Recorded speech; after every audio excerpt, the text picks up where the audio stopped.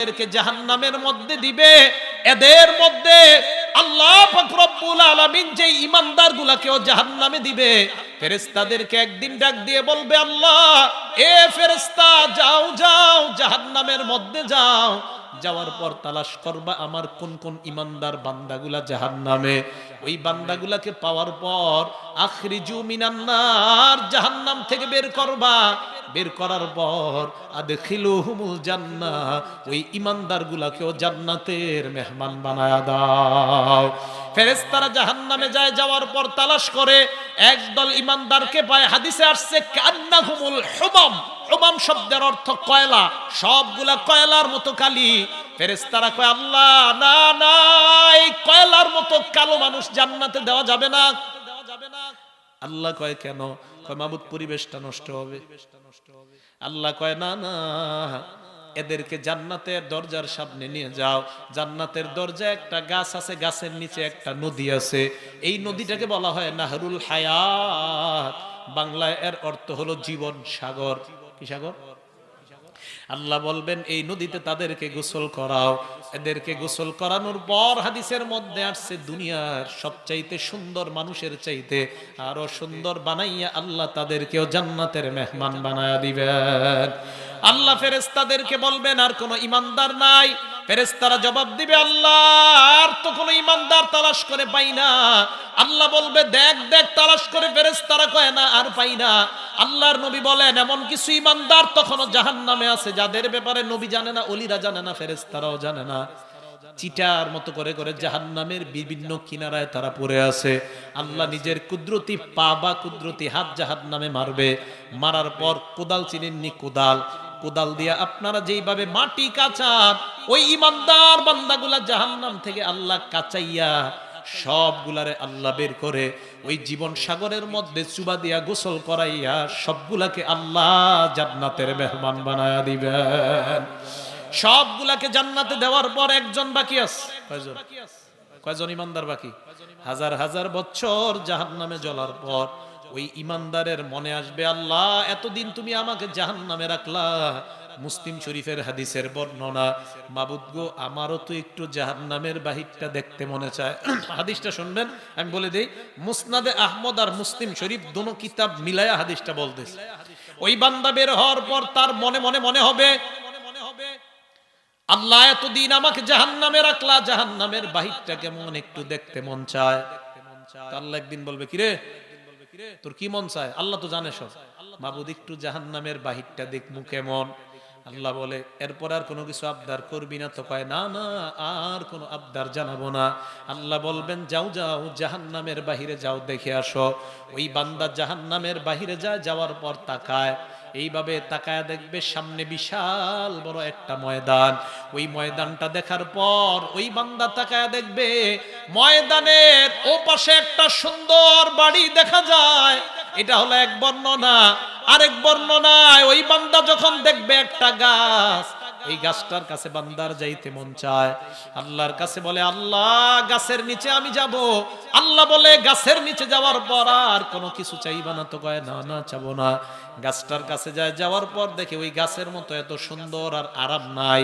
গাছের নিচে দাঁড়ায়। হাদিসের মধ্যে আসছে গাছটা হবে রসালো গাছ। ওই গাছের রস পান করবে আর তার মজা লাগবে। গাছ কি গাছ এটা হাদিসে বলে নাই। আমার ধারণা খেজুর গাছ। কি গাছ? খেজুর গাছের রস আছে না নাই? হাদিসে কিন্তু নাই। এটা কিন্তু ভুল বুঝবেন না, মানে আমার ধারণা বলতেছে। নবী বলেন এমন একটা গাছের কাছে যাবে। আরেক হাদিসে নবী বলছে মুসলমানের সাথে কোন গাছের মিল আছে? নবীজি বলছেন খেজুর গাছের মিল আছে। তো আমার ধারণা খেজুর গাছ হতে পারে। আমার ধারণা, কিন্তু আপনারা দলিল বানাবেন না, একটা ধারণা, কিন্তু শুনে নেন, একটা রসালো গাছ। বান্দাকে ওই গাছের নিচে দেওয়ার পর বান্দা হঠাৎ তাকায় দেখে দূরে আরো সুন্দর একটা গাছ, এটার চাইতে আরো সুন্দর। আপনারা বলেন ওর কি মন চাবে এখন? আল্লাহরে ডাক দিয়ে কয়, আল্লাহ। আল্লাহ কয় কথা নাই, তুই না বলছস আগেরটার নিচে গেলে আর কিছু চাবি না? মাবুদ গো, ওইটার কাছে যাওয়ার পর ওয়াদা করলাম আর তোমার কাছে কোনো জিনিস আমি চাইবো না। আল্লাহ বলেন ঠিক তো, হ্যাঁ ঠিক। ওই বান্দাকে দ্বিতীয় গাছের কাছে নেওয়ার পর দেখে আগেরটার চাইতে আরো বেশি নিয়ামত।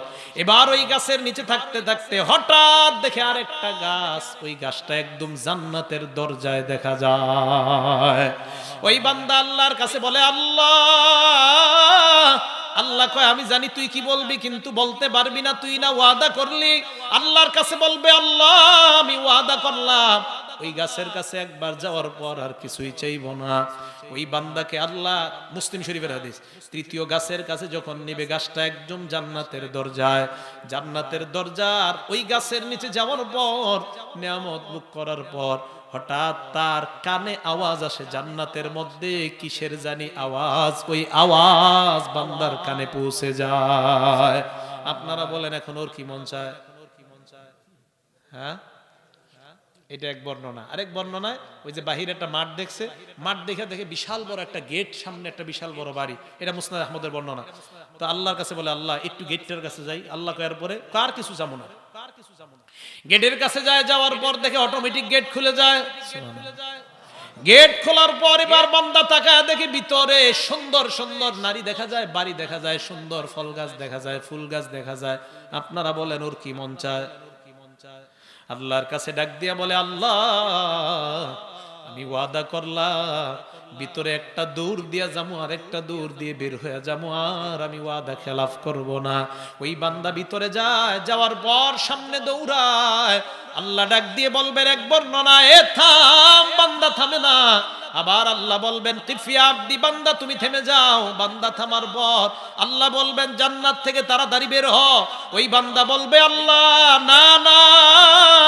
আল্লাহ বলবে, কেন? মাবুদ গারা দিয়া ওই এলাকার মাহফিলে আমি গিয়েছিলাম, আলেমদের মুখে শুনলাম একবার যদি তোমার কোন বান্দা জান্নাতে যায় আর নাকি বের হয় না।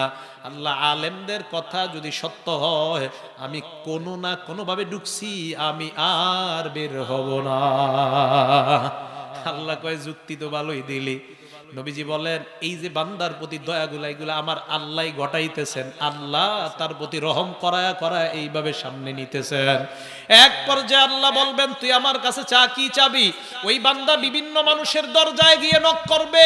ঘরের মালিক দরজা খোলার পর বলবে, কি ব্যাপার, তুমি কি চাও? ওই বান্দা ওই মালিককে বলবে, ঘরে একটু জায়গা হবে নি? থাকনে আলিয়া মাসকানুন ফি বাইতিকা, তোমার ঘরে একটু জায়গা হবে কিনা? বলবে, না না, উখরুজ মিনহিনা, এখানে কোনো জায়গা নাই। সব দরজার সামনে গিয়ে দেখে কোনো জায়গা নাই। আবার আল্লাহকে ডাক দিয়া বলে, আল্লাহ। আল্লাহ বলবেন, কি ব্যাপার? জান্নাত তো দিলাম, আবার কি চাস? হয় মাবুদ, জান্নাত তো দিলেন, থাকনের তো ঘর নাই। আল্লাহ বলেন, তুই আমার কাছে চা, কি চাবি? বান্দা আল্লাহর কাছে এমন জিনিস চাইবে যে এইগুলা আল্লাহর পছন্দ হবে না। যদি বাঙালি হয় মনে হয় জালমুড়ি চাইব, হাদিসে নাই, মানে এমন জিনিস চাইবো আল্লাহর পছন্দ। তো আপনারা এগুলাই বার্গার, বিরিয়ানি, আল্লাহ বলবেন, এডি খাওয়াইতে তোরে জান্নাতে আনছি। মাবুদ, আমি তো এর চেয়ে বেশি কিছু জানি না। আল্লাহ বলবেন, তুই লিস্টি কর, আমি বলি এইগুলা লেখ, এই অনুযায়ী সব তোরে দিব। জান্নাতে থাকার জন্য খাবারের প্রয়োজন, হ্যাঁ মাবুদ খাবারের প্রয়োজন। যা যা জান্নাতের সব রকমের ফল ফলাদি দান করলাম। জান্নাতে তোর পানীয় প্রয়োজন, হ্যাঁ পানীয় প্রয়োজন। আল্লাহ বলেন, শারাবান তাহুরা দান করলাম। জান্নাতে থাকার জন্য তোর একটা পালঙের প্রয়োজন, হ্যাঁ পালঙের প্রয়োজন। আল্লাহ বলেন, এমন পালং দিলাম, মুকাল্লালান বিযযাহাবি ওয়াল ফিদ্দা, স্বর্ণ এবং রূপা দ্বারা তৈরি করা পালং তোমাকে দান করলাম। পালঙের মধ্যে একা থাইকা মজা নাই। ওই বান্দা বলবে, আল্লাহ এটা আবার কে? আল্লাহ বলবে, বুঝোস না, তোর বউ দরকার। মাবুদ ঠিকই কইছেন। আল্লাহ বলবেন, এমন হুর গেলমান দান করলাম, যেই হুর যদি একবার দুনিয়ার দিকে নিঃশ্বাস ফেলে দেয়, পুরা দুনিয়াটা সুরভিত হয়ে যায়। বউ দেওয়ার পর, পালং দেওয়ার পর, খানা পানি দেওয়ার পর, যৌতুক মালামাল সব দেওয়ার পর আল্লাহ বলেন, এইগুলা রাখার জন্য তোর একটা সুন্দর ঘরের দরকার। হ্যাঁ মাবুদ, সুন্দর একটা ঘরের দরকার। আল্লাহ বলেন, সামান্য ঈমান, ঈমান, ঈমান, এই সর্বশেষ ঈমানদার বান্দা হিসাবে আমি তোমাকে জান্নাতে আনলাম। এই সামান্য ইমানের কারণে আমি আল্লাহ তোমাকে 10 দুনিয়া আর একটা বর্ণনায় 11টা দুনিয়ার সমপরিমাণ জান্নাতের একটা বালাখানার মালিক বানায়া দিলাম। তাহলে বলেন এমন জান্নাত সকলের দরকার আছে না নাই? এই জান্নাতের মধ্যে যাওয়ার পর তাহলে আর কোন ইমানদার জাহান্নামের মধ্যে নাই, সব বেঈমানরা জাহান্নামের মধ্যে, সব ইমানদাররা জান্নাতের মধ্যে। নবীজি হাদিসের মধ্যে বলেন ইমানদারদের মনে একটা ভয়, জাহান্নামীদের মনে একটা আশা। বলেন ইমানদারদের মনে ভয়, ইমানদারদের মনে ভয়, বলেন সবাই ইমানদারদের মনে, আর জাহান্নামীদের মনে আশা। সব ইমানদার কোথায়? জান্নাতে। সবার মনে একটা ভয়, আহারে না জানি কখন আল্লাহ ঘাটটা ধাক্কা দিয়ে বের করে দেয় ভয়। জাহান্নামীদের আশা কোনো না কোনো দিন আল্লাহ আমাদেরকে মনে হয় রেহাই করবেন। হঠাৎ আল্লাহ একদিন ডাক দিবে, ইয়া আহলাল জান্নাহ, হে জান্নাতীরা নিচের দিকে তাকান। জান্নাতীরা ভয় পাবে, সর্বনাশ, আল্লাহ ডাক দিলেন কেন? ডাক দেওয়ার পর আল্লাহ বলবেন নিচের দিকে তাকা। তাকানোর পর একটা জায়গা আছে, এই জায়গাটার নাম হলো আরফ। বলেন কি নাম? আরব বলা হয় জান্নাত আর জাহান্নামের মাঝামাঝি মিডল পয়েন্টের একটা জায়গা, এই জায়গাটাকে বলা হয় আরফ। আরফের মধ্যে কারা থাকবে? যাদের নেকির পাল্লা আর বদির পাল্লা সমান সমান, তাদেরকে আল্লাহ আরফের মধ্যে রাখবে। আরফের মধ্যে যাদেরকে রাখবে, নিচে তাকাইলে দেখবে জাহান্নাম, উপরে তাকাইলে দেখবে জান্নাত। আল্লাহ ফেরেশতাদেরকে বলবে আরববাসীরা কি চায়? বুঝবে না?